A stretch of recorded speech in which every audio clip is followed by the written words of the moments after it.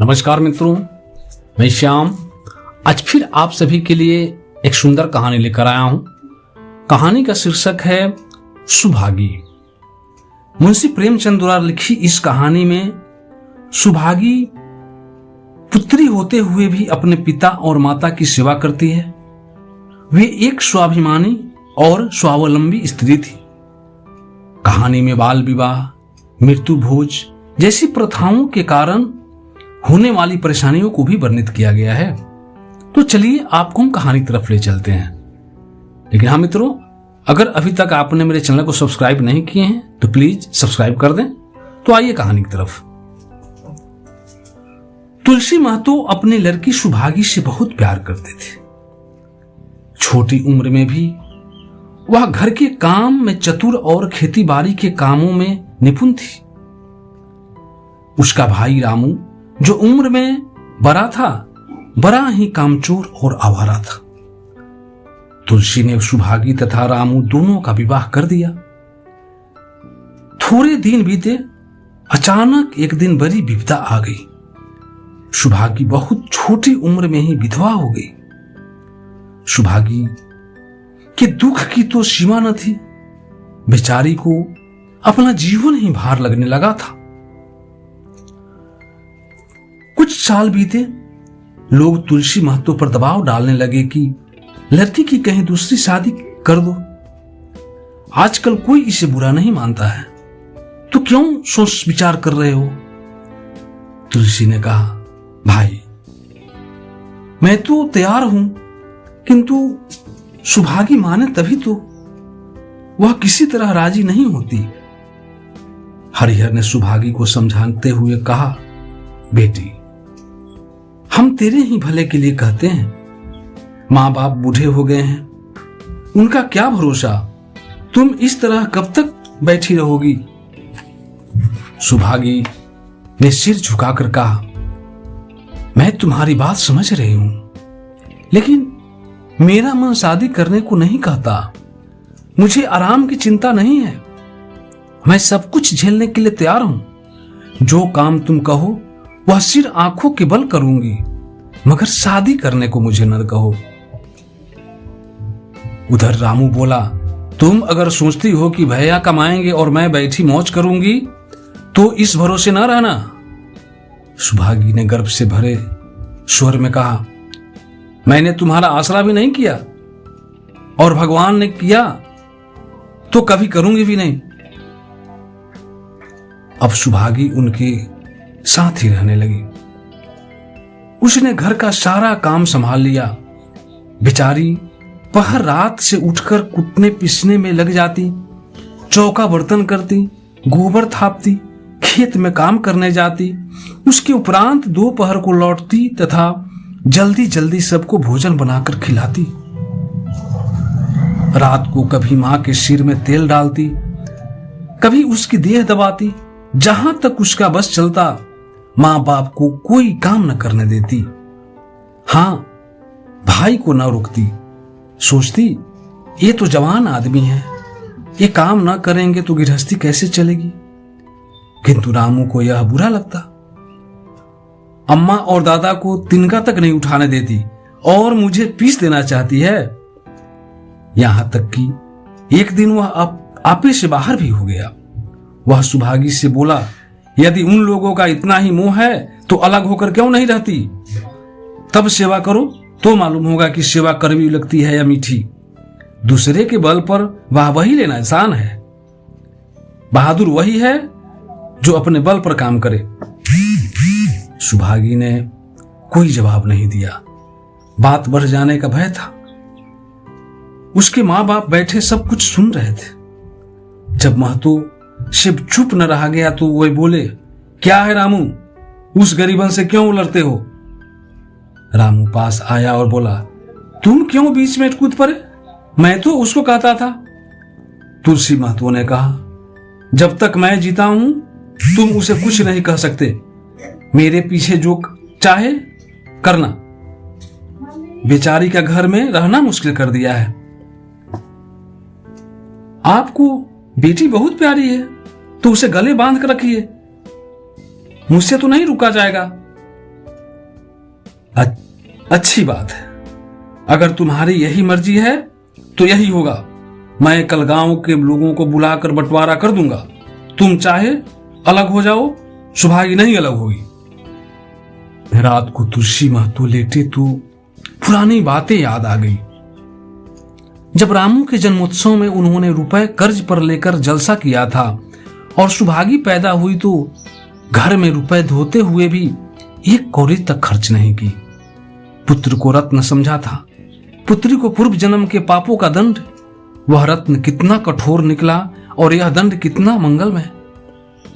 अगले दिन महतो ने गांव के लोगों को इकट्ठा करके कहा, पंचों, अब रामू का और मेरा एक घर में निर्वाह नहीं होता। मैं चाहता हूं कि तुम लोग इंसाफ से जो कुछ मुझे दे दो वह लेकर मैं अलग हो जाऊं। रात दिन की किचकिच अच्छी नहीं है। गांव के मुखिया बाबू सज्जन सिंह बड़े सज्जन व्यक्ति थे। उन्होंने रामू को बुलाया और पूछा, क्यों जी, तुम अपने बाप से अलग रहना चाहते हो? तुम्हें शर्म नहीं आती? मां बाप को अलग किए देते हो। राम राम राम। रामू ने ढिठाई के साथ कहा, जब एक साथ गुजारा ना हो तो अलग हो जाना ही अच्छा है। यह कहता हुआ रामू वहां से चलता बना। तुलसी महतो ने कहा, देख लिया आप लोगों ने इसका मिजाज। भगवान ने बेटी को दुख दे दिया, नहीं तो खेती बाड़ी लेकर मुझे क्या करना था। जहां रहता वहीं कमाता खाता। भगवान ऐसा बेटा किसी बैरी को भी ना दे। लड़के से लड़की भली जो कुलवंती होए। सहसा सुभागी वहां आकर बोली, दादा, यह सब बंटवारा मेरे ही कारण तो हो रहा है, मुझे क्यों नहीं अलग कर देते? तुलसी महतो बोले, बेटी, हम तुम्हें न छोड़ेंगे, चाहे संसार छूट जाए। गांव में जहां देखो सबके मुंह से सुभागी की प्रशंसा। लड़की नहीं है, देवी है वो, 2 मर्दों का काम अकेला करती है। उस पर मां बाप की सेवा भी करती है। सज्जन सिंह तो कहते यह इस जन्म की देवी है, इस जन्म की देवी। किंतु शायद तुलसी महतो की किस्मत में यह सुख अधिक दिनों तक भोगना न दिखा था। 7-8 दिन से महतो तेज ज्वर से पीड़ित थे। लक्ष्मी पास बैठी रो रही है। अभी कुछ क्षण पहले ही महतो ने पानी मांगा था, किंतु पानी लेकर आने से पहले ही उनके हाथ पांव ठंडे पड़ गए। सुभागी अपने बाप की यह दशा देखते ही दौड़ती हुई रामू के घर पहुंची तथा बोली, भैया जल्दी से चलो, आज दादा न जाने कैसे हुए जाते हैं, 7 दिन से ज्वर नहीं उतरा। रामू ने चरपाई पर लेटे लेटे कहा, तो क्या मैं डॉक्टर हूं, हकीम हूं कि देखने चलूं? जब तक अच्छे थे तब तक तो तुम उनको गले लगाकर गले बांध कर रखी थी। अब जब मरने लगे तो मुझे बुलाने आई हो। सुभागी ने फिर उससे एक शब्द न कहा। वह सीधे सज्जन सिंह के पास गई। उधर सज्जन सिंह ने जैसे ही महतो की स्थिति की बात सुनी, तुरंत सुभागी के साथ भागे चले आए। वहां आकर देखा तो महतो की स्थिति और अधिक खराब हो चुकी थी। नारी बहुत अधिक धीमी पड़ गई थी। वे तुरंत समझ गए कि महतो की जिंदगी के दिन पूरे हो गए।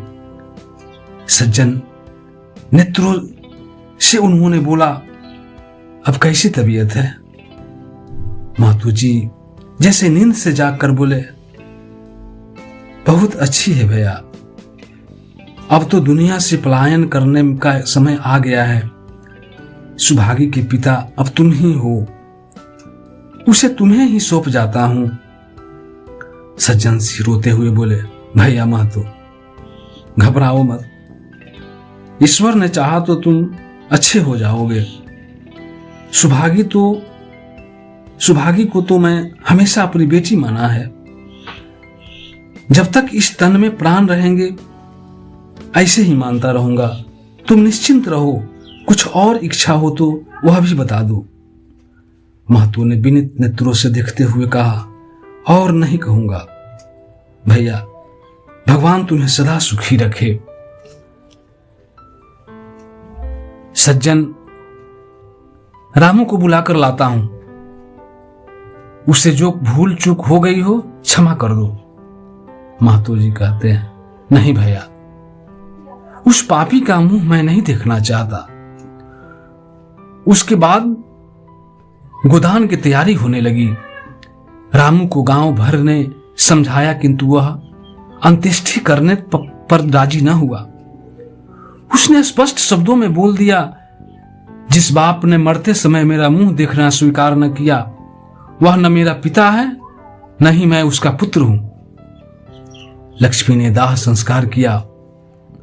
सुभागी ने सारी व्यवस्था की। इन थोड़े से दिनों में सुभागी ने न जाने वह कैसे रुपए जोड़ लिए थे। जब 13वीं का सामान आने लगा तो गांव वालों की आंखें खुली की खुली रह गई। 13वीं के दिन सारे गांव के लोगों का भोज हुआ। चारों तरफ वाहवाही मच गई। पिछले पहर का समय था, सभी लोग भोजन करके चले गए थे। लक्ष्मी थक कर सो गई थी। सुभागी अस्त व्यस्त परी वस्तुओं को संभालने में लगी थी। उसी समय सज्जन सिंह आए तथा बोले, अब तुम आराम करो बेटी, यह सब काम तो सुबह उठकर भी किए जा सकते हैं। सुभागी बोले, अभी थकी नहीं हूं दादा, आपने जोर दिया। कुल कितना खर्च हुआ है? सज्जन सिंह बोले, वह पूछ कर क्या करोगी बेटी? सुभागी ने उत्तर दिया, कुछ नहीं, यूं ही। सज्जन सिंह बोले, कोई 3000 होंगे। सुभागी ने सकुचाते हुए कहा, मैं इतने रुपए की देनदार हूं। पति के स्वर्गवास के बाद लक्ष्मी का दाना पानी छूट गया। सुभागी के आग्रह पर खाने की कोशिश करती, परंतु एक कौर गले से नीचे नहीं उतरता। 50 वर्ष हुए, एक दिन भी ऐसा नहीं हुआ कि पति के बिना खाए उसने खुद खाया हो। अब अपना नियम कैसे तोड़े? आखिर उसे खांसी आने लगी। शारीरिक कमजोरी की वजह से जल्दी ही खाट पकड़ ली। सुभागी अब क्या करे? ठाकुर साहब के रुपए चुकाने के लिए मन से काम काज करने की जरूरत थी। यहां मां बीमार पड़ गई। अगर बाहर जाए तो मां अकेली पड़ जाए। उनके पास बैठे तो बाहर का काम कौन करे? मां की स्थिति देखकर सुभागी समझ गई कि इनका अंतिम समय भी निकट आ गया है। महतो को भी तो यही ज्वर था। गांव में और किसे फुर्सत थी कि दौड़ धूप करता। सज्जन सिंह दोनों वक्त आते। लक्ष्मी की दशा बिगड़ती जा रही थी। यहां तक कि 15वें दिन वह भी संसार से कूच कर गई। सुभागी को उसने आशीर्वाद दिया, तुम्हारी जैसी बेटी पाकर तर गई। मेरा क्रियाकर्म तुम ही करना। मेरी भगवान से यही प्रार्थना है कि अगले जन्म में भी तुम मेरी कोख से ही जन्म लो। माता के देहांत के बाद सुभागी के जीवन का केवल एक ही लक्ष्य बचा था, सज्जन सिंह का कर्ज चुकाना। 3 वर्ष तक सुभागी ने रात को रात तक था, दिन को दिन न समझा।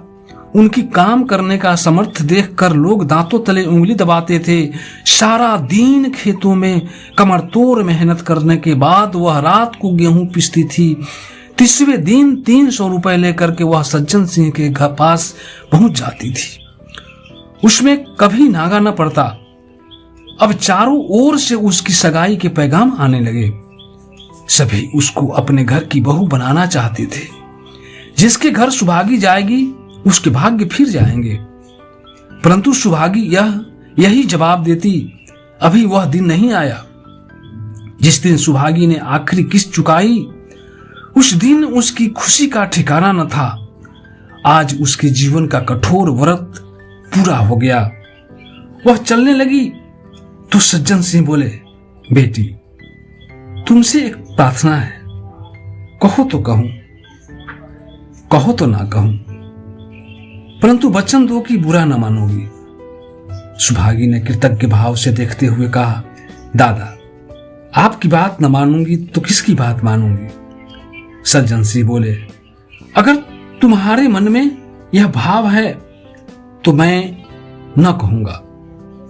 मैंने अब तक तुमसे इसलिए नहीं कहा कि तुम अपने को मेरा देनदार समझ रही थी। अब रुपए चुक गए हैं, मेरा तुम्हारे ऊपर कोई एहसान नहीं है। बोलो कहूं? सुभागी बोली, आपकी जो आज्ञा हो। सज्जन सिंह ने कहा, देखो मना मत करना, नहीं तो मैं तुम्हें फिर कभी मुंह नहीं दिखाऊंगा। क्या आज्ञा है? मेरी इच्छा है कि तुम मेरे घर की बहू बनकर मेरे घर को पवित्र करो। मैं जात पात में विश्वास करता हूं, किंतु तुमने मेरे सारे बंधन तोड़ दिए। मेरे लड़के की भी यही इच्छा है। तुमने उसे देखा है, बोलो मंजूर करती हो? संजय सिंह ने अपनेपन से कहा, दादा इतना सम्मान पाकर मैं पागल हो जाऊंगी। तुम्हारा सम्मान भगवान कर रहे हैं बेटी, तुम साक्षात भगवती का अवतार हो। मैं आपको अपना पिता समझती हूं। आप जो कहेंगे मेरे भले के लिए कहेंगे। आपका हुक्म मैं कैसे टाल सकती हूं? अब सज्जन सिंह ने उसके सिर पर हाथ रखकर आशीर्वाद दिया, बेटी तुम्हारा सुहाग अमर हो। तुमने मेरी बात रख ली। मुझसे भाग्यशाली संसार में और कौन होगा, और कौन होगा। धन्यवाद मित्रों। इस तरह इस कहानी का अंत होता है। कृपया कहानी अगर पसंद हो तो लाइक करें और मेरे चैनल को सब्सक्राइब करें। धन्यवाद।